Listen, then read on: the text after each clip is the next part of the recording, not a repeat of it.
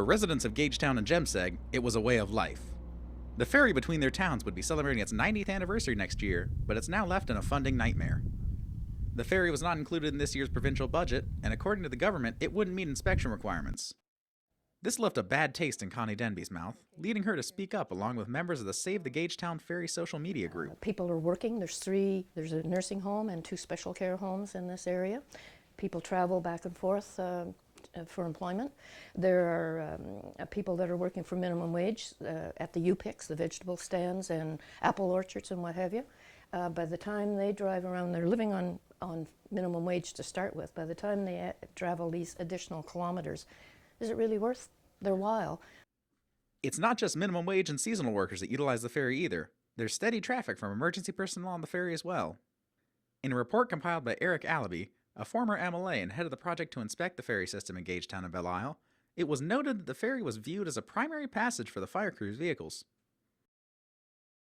Denby says that along with the emergency concerns, there's also a rather large economic factor to the ferry's operation. For instance, when I'm thinking about wanting fresh vegetables in the spring or strawberries or whatnot, normally I would drive from Queenstown across the ferry to Jemseg, get my berries. Now, when I have to travel this extra distance to Upper Gagetown, it's sort of like you're going up, you're crossing, and then you're backtracking down to the area. I might as well drive on to Oromocto. According to members of the Save the Gagetown Ferry group, the move to cancel the ferry service simply doesn't add up. It cost around $110,000 to operate last year, with the service running 18 hours a day during the warmer months. Group members say that's a steal, considering it brings many times that in taxable revenue into the region. An effort was made to reach the government for comment, but no response was received in time for this report. The budget, however, does mention the ferry might not pass inspection by Transport Canada. This is a point which those in support of the ferry contest. Not only did they not do their homework, but that the whole issue was not really considered, and our concern is that they're boxing themselves into to having said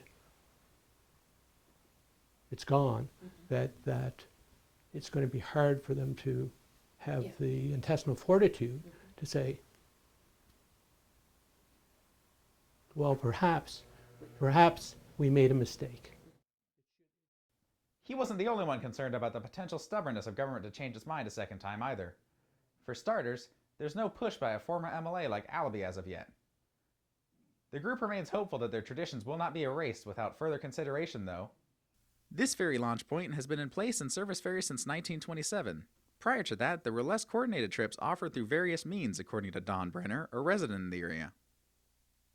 Speaking with members of the community of Gagetown, one can get a great sense of nostalgia. It's not just that the ferry offered them reliable transit between 2 small towns, but also that it proved to be a social hub for events.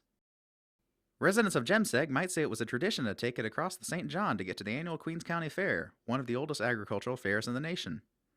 And one would only need to talk to a farmer from the Gagetown region to understand the impact it will have on agriculture as well. I have a farm that's 10 kilometers down the road, and it takes me 17 minutes to get from my farm to my 300 acres of fields right over here. You can see it right here, and I'm standing right on the ferry landing.